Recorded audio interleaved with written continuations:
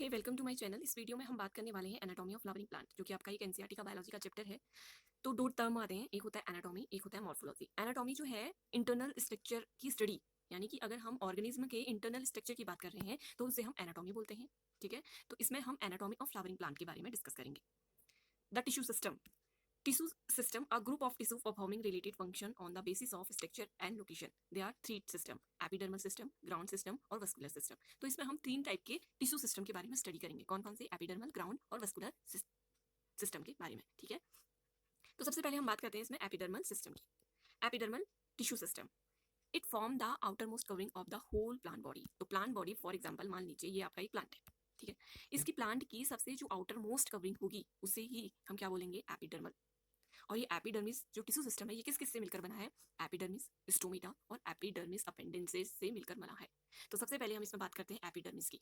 Epidermis, it is the outer most protective layer of the plant body. Plant body की जो सबसे outer most layer होती है उसको हम बोलते हैं आउटर मोस्ट, सॉरी उसको हम बोलते हैं एपिडर्मिस। ठीक है, और ये क्या है? प्रोटेक्टिव लेयर है। ये प्लांट को क्या करती है? प्रोटेक्ट करती है।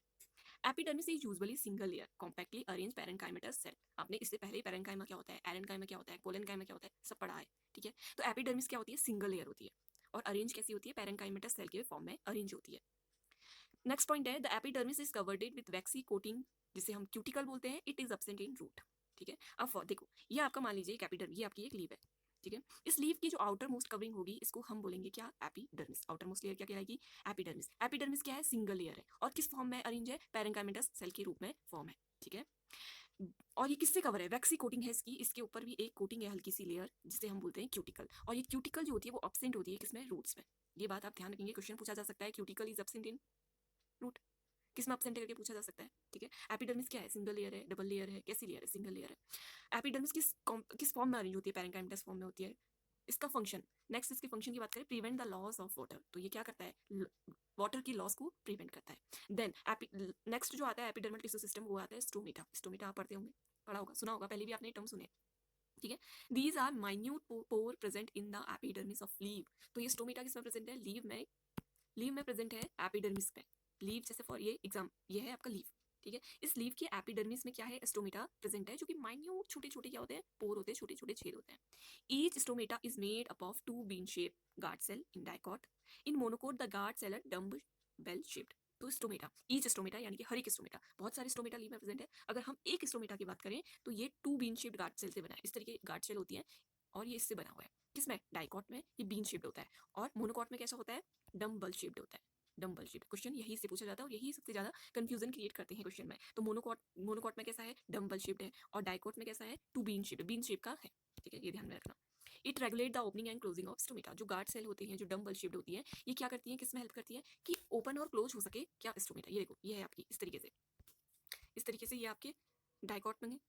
बीन लाइक देख रहे हो ना, बीन शेप। ये तो ये आपका किसमें है? डाइकॉट में है। मोनोकॉट में कैसे है? Dumbbell shaped. डम्बल होते हैं ना, उसके शेप का नहीं दिख रहा है ये ऐसी, ये तो ये किसमें प्रेजेंट है? इन मोनोकॉट। ये याद में रखना कि डाइकॉट में किस टाइप का शेप्ड है उनका और मोनोकॉट में कैसा है। मोनोकॉट में कैसा है? डम्बल शेप्ड है और डाइकॉट में कैसा है? Bean shaped. Dicot bean shaped याद रखेंगे। बीन शेप्ड किसमें है? डाइकॉट में। मोनोकॉट में कैसा है? Dumbbell shaped. किसमें हेल्प करते हैं? Regulate the opening and closing of stomata. Stomata की ओपनिंग और क्लोजिंग में हेल्प करते हैं। देखो ये एपिडर्मिस है आउटर मोस्ट, इसमें क्या प्रेजेंट है? स्टोमेटा प्रेजेंट है। ठीक है, ये याद रखना, बहुत ज्यादा जरूरी है, ध्यान देने योग। Next is the cell seen near the guard cell are known as subsidiary cell. तो गार्ड सेल के आसपास जो भी सेल प्रेजेंट रहती है उसे हम सब्सिडरी सेल बोलते हैं। Stomatal pore, guard cell and subsidiary cell, ये तीनों मिलकर क्या बनाती हैं? Stomatal apparatus. स्टोमेटल अपरेटस किस किस से मिलकर बना है? स्टोमेटा में जो पोर है, स्टोमेटा में जो ये गार्ड सेल है और जो इसके चारों ओर क्या है? सब्सिडरी सेल है। ये सब तीनों मिलकर बनाती है स्टोमेटल अपरेटस।